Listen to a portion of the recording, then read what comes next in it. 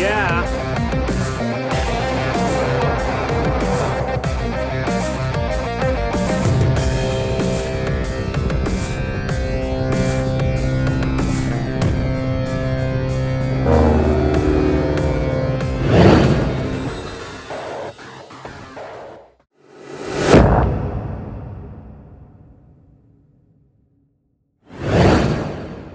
Alright, so here's a little update what's going on. I don't have my good camera with me today, but I'll show you guys what I've done. Went ahead and made a new expansion tank. It's a much better shape. I've got the input in much lower, so the level's right about to here, which gives me room to expand without having to go into the overflow. I've got the overflow on it just to see how it handles it. I also see now that the reservoir is the highest point before the engine was. This is in the tail low position. Everything is downhill from the reservoir. So I did raise the tail way up in the air to fill it. I also tried to vacuum fill. It didn't work very well, but I think I've got it pretty well set up with the new expansion tank. And then the other thing I did was I put an oil cooler on it. So just to be extra safe with these hot temperatures down here in Redding, I'm running the oil straight off the return through the oil cooler and then back up to the reservoir. Now I do have for it, excuse the mess over here,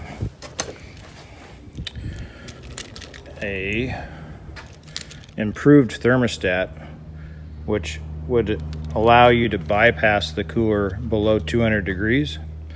And then when it gets to 200 degrees, this opens up and then flows the oil through that. So if I find that I'm having problems keeping the oil warm enough, or it takes too long to warm up, I've already run it up. It takes a little bit longer, but it's not enough for me to put the weight of that big thermostat and all the additional plumbing. Couldn't find a really good place to locate it and run all the lines for it. So right now, I'm gonna run without that, just to see how it does. If like I said, if I have a problem with it being too cold, then I can always put that on there to bypass the cooler. Other than that, you can see a different muffler on there. So this is a KTM 1290 Adventure motorcycle muffler. A friend of mine recommended this as being a really quiet muffler. The trade-off is it's very heavy. It's about 12 pounds heavier than the little teeny one I had on there. But so far it is much quieter just in the testing. In here I put a little bellows flex joint. Created this angle here, and then I put the same ball end on it with the O2 sensor. So I'm gonna try that out, see how that goes. If I wanna go lighter for competition or whatever, I still have the other muffler that I can run back across, or I can put it in the same location as that one. I made the length from the V-band connection the same on both of them. There's another muffler out there that everyone's talking about. Some friends of mine are trying it, and that's the Bowen stainless. So that may be a future purchase. They're just really expensive, but it's as quiet as this one probably, and only weighs about 3.5 to 4 pounds. So it'd be ultimately what I'll probably go to is that Bowen stainless. But I'm gonna try this one for now because I have it, I bought it, I welded it up. Again, not professional welds, but it will do the trick. So now the last mod I have to do is the cowling will need to be modified to relieve these oil lines coming down for the cooler. So previously the cowling just kind of rested up on top of the radiator.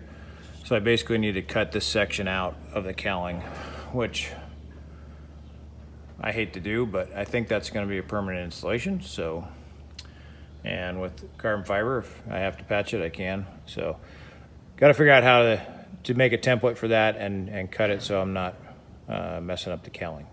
So that's what I'm doing right now, and then hope to get it all ready to fly again tomorrow. So it's been down about a month doing all this stuff, waiting for the parts and then having the time to do it. So I know you guys have been wondering what's going on with it, and that's the update. So pretty much changed the coolant system, oil system, and the exhaust system. That's all. All right, so we got it all ready to fly again. You guys saw from my iPhone footage the changes I made under the cowling. So I'm gonna hook up some cameras and we'll get ready to go here. For those TK1 guys out there, I did make an adjustment to the gear. And what I did here was take this bolt out, and there's holes inside the shaft, and I moved it down one. So basically that shortens it up just a little bit, pulls the gear under, and that way it doesn't sit so sprung. Right now it's unloaded, there's not much fuel in it, and there's no people in it. And it's just a little bit curled under. Well, by the time you get the weight on it and land a couple times, it flattens it out. Raises the nose, gave me a little more clearance between the shock and the muffler, was the main reason I did that. I am trying this new KTM 1290 Adventure muffler on this flight. It's quite a bit quieter. See how that goes. Got the oil cooler front of the radiator, so we're going to be looking at the oil. We're also going to be looking to see if the coolant gets warmer because I'm blocking off some of that radiator. So a couple things to look for there. I'm going to do a quick flight, come in, pull the cowling, look for any leaks, make sure the coolant reservoir, the expansion tank isn't overflowing into the overflow tank. That's the goal there. And yeah, that's about it on that. So we'll get ready to saddle up here and take it around the pattern a couple times.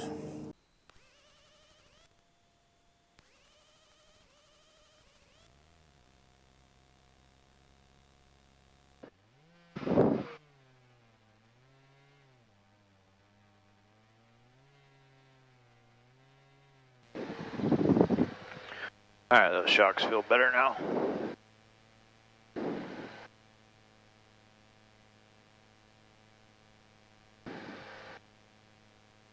Tell you, having this taxi cam that displays on the Grand Rapids EFIS is really cool.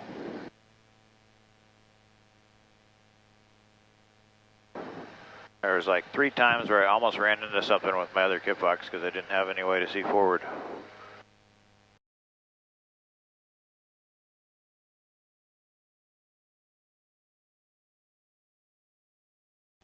All right, let's go flying.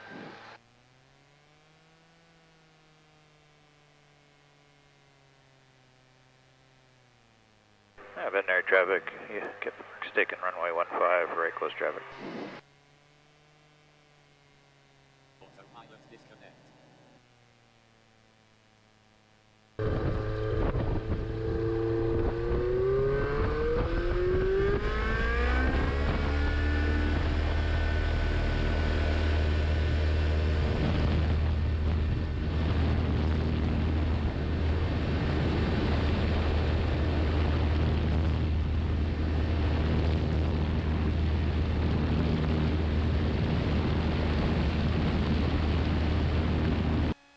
Veterinary traffic, Fremont Kitfox, right downwind, 15 will be orbiting at 2000. Well, it's not smooth up here today. Alright, so I climbed to 2000, wasn't going full power the whole way, but when I topped at the top of the climb, I'm at 156 on the engine temp and 187 on the oil temp. The oil temp seemed to stop climbing right about there. Well, maybe it'll work its way up a little bit. Let's watch it here. So definitely much lower than where we were before.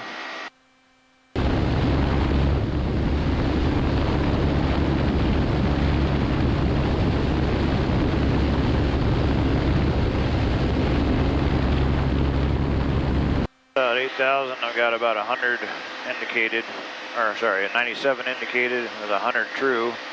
Very turbulent, kind of bouncing around at airspeed indication there. I wish the camera would pick up the EFIS, but it has a frame refresh rate that doesn't match up with the camera. Maybe if I change the frame rate, it might work, I don't know. Alright, so the coolant temperature is even lower. at 151, which is below the thermostat. I don't know if I believe that. The oil temp's at 187. So that oil cooler is definitely helping. So let's bump it up to about 85. Veterinary traffic, experimental Kitfox is turning crosswind, 2,500 orbiting runway 15, right traffic. Any progress today? Yeah, it's looking much, much better. Nice.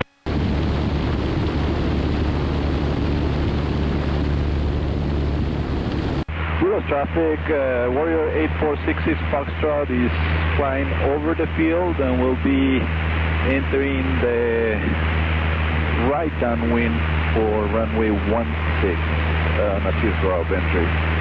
Wheeler traffic.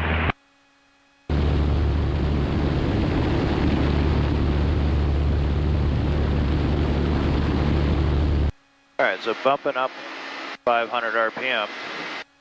Now I'm seeing 189. So it may be a case where I do need that thermostat or, yeah, whatever it's called. But thermostat kicks on and off at 200, so that would keep the oil, looks like, right at 200. All right, at 190 right now, but that's fine. The 190 is good. 180 is where you want to get to at least in order to burn the moisture off. The 190 to 200 is really where we want it to settle in. So right now, it's sitting at 190. Oil pressure is good, which was something we were worried about with running that oil down to the radiator and back up. Fuel pressure is good. The coolant temps running 151, which is cooler than it was. Not sure if that expansion tanks is helping with that. I don't know what the deal is with that. Maybe, I don't know. Be interesting to see if I get any overflow. So, go around one more time here. EGTs are good. Gearbox is cool. Interesting, as you lower the oil temp, the gearbox temp has come down too. You know, because those are mated surfaces, so that heat transfer is going on there. So, cooler oil, cooler engine, cooler gearbox. Veterinary traffic, Superstoll's about 5 TDs south, landing right traffic to 15 at Bend. Yeah, experimental Kitfox turning upwind, 2,000. Be orbital falling behind you. Roger that, we're currently 1,700, looking for you. Runway 15, Wheeler traffic. Yeah, so even running it harder, other than increasing my fuel burn and my speed, oil's really reacted very minor. Yeah, veterinary traffic, or experimental Kitfox, number 2 on the downwind, 15. And then traffic, Superstall base to final 15. Yeah, experimental Kitfox turning right base 15.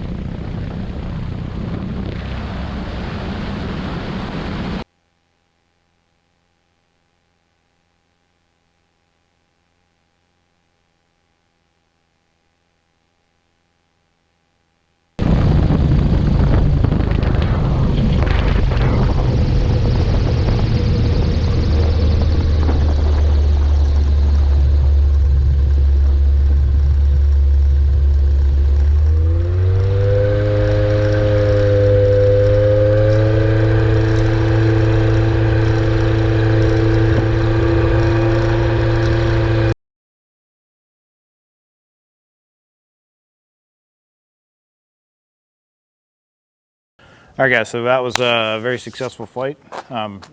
Very excited to have it back in the air. It was about, 17, 18 days of being down working on this, these improvements. Much better. Highest oil temperature I saw was 191 degrees. That is awesome. Coolant temperature was actually a little bit cooler, probably because it's not trying to cool that warm oil. The muffler is much quieter. So all 3 of those systems, and big improvement. One of the things I've been wondering what I should do about is once I get through phase 1, I start taking this on trips, out to some of the dry lake beds or some of those areas that we park. It can get really dusty, sometimes it rains. You can't always park inside a hangar if you're out, and I know it's a bush plane and it's meant to get out and get dirty, but I was thinking there's got to be a good way to protect it when it's parked outdoors. And I want to protect all those expensive avionics that are inside, the interior, the panel, everything inside of it. So looked around at a couple different options, and here's what I came up with. There you have it, Bruce's custom cover. This thing is awesome. Really happy with the quality of it. I'll show you guys a couple things real quick. It's got a bungee in here to keep it tight so it doesn't flap around the wind too much, but if it did, it is aligned with like a smooth felt inside, so it won't hurt your windows or your paint or anything. The buckles have protectors behind them, so again, won't scratch your paint. It's thick, almost like a canvas. Fits great. If you guys have an STI wing, make sure you let them know that, because it's going to be a wider opening for the STI wing. Actually, the only real difference, because the STI wing necks down right at the fuselage, is it's where the flapper on location is. You're going to have to stretch that out a little bit. So you might want to make a note if you're going to do that. Got my in number on there. I even put Project Kitfox on there. The yellow matches perfectly with the rest of my yellow. Really excited about that. And so thanks to Bruce's Customs. I really appreciate him getting it out to me. Got this carrying sack that it all folds up into. Weighs a couple pounds, not much at all. So definitely worth taking along with me on my trips, so I can button it up when it sits outside overnight. It just protects the inside, guys. We got so much money in these avionics now, the interior, you know, all that stuff. If you can keep the sun off of it, keep the water off of it if it was to leak or anything, this just gives me a peace of mind that if I'm wrapped, you know, around the cockpit when I'm out away from home overnight, it's a bush plane, it's going to get dirty, but if I can protect that stuff, protect the windshield and everything like that, I'm going to do it. So I think this is an awesome option, and very affordable for what you get. It's funny, it has a little label on here. It says "Remove before flight," which I find hilarious, because you're not going to be able to fly that with that cover on. So if you guys want to check out a Bruce's custom cover, I'll go ahead and throw a link to their website in the description below. So go ahead and check it out. I think it's a great option. It's something that I think everybody should have for their airplane, to be honest. Because when you're away from home, you can protect it. So go ahead and check them out. They're a great company. Another one of those real helpful vendors that I've worked with through this project. So go ahead and give them a look and consider that for your airplane. Big improvements on the plane. So we redid the coolant expansion tank. The oil cooler was added, and then I changed out the muffler. So all those things working together made for a quieter ride, a cooler ride. And I'm now comfortable venturing away from the airport. So in the upcoming videos, we're going to get out and do more flight testing, head south, maybe do some landings out on the river, start to get comfortable with how the airplane lands. I haven't been doing a whole lot of landings with it yet.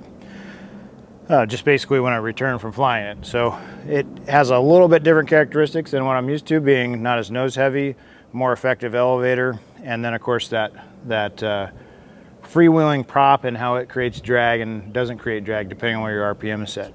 So still getting used to the stable approaches and finding my airspeeds, and I want to go up and do some more stalls to kind of get comfortable with that, what to look for with the airplane. But really happy. I needed a win on this engine. It's been a kind of a frustrating extra month of work to get it to where it should be. Like I said today on today's flight, 191 degrees was about as warm as I saw. I did data log on the computer, so I'll go home and look at it and see all the way through where my high and low oil temps were. Coolant temp was actually lower than it was before. So overall, it's doing great. I was a little worried that by stacking that oil cooler in front of the radiator that I get a higher coolant temp, and that was not the case. By keeping the oil cooler, it still has that heat exchanger going on, so the coolant isn't having to do as much work, and that's also bringing the temperature down. The whole engine's cooler, so it's not working as hard. So overall success. That's where we wanted the oil temperature to be. So those of you guys that are doing this install, I would really consider putting on that auxiliary oil cooler system. And it is hot right now, so 190 is acceptable. In the wintertime, that might cool it too much, and so I may have to put that thermostat or vermithane or whatever they call them for an oil on, or just tape off that radiator when it's cold, which is totally acceptable. Throw some aluminum tape on it, block off that airflow. That way you'll be able to keep those temps up in the wintertime. But for now, it's working great. So the next flight, I'm gonna go out and have some fun, really start putting it through its paces. So thanks for following along. You guys hit the subscribe button. Go ahead and leave me a comment if you have any questions or comments about the improvements. And stay tuned for the next one. Thanks for watching.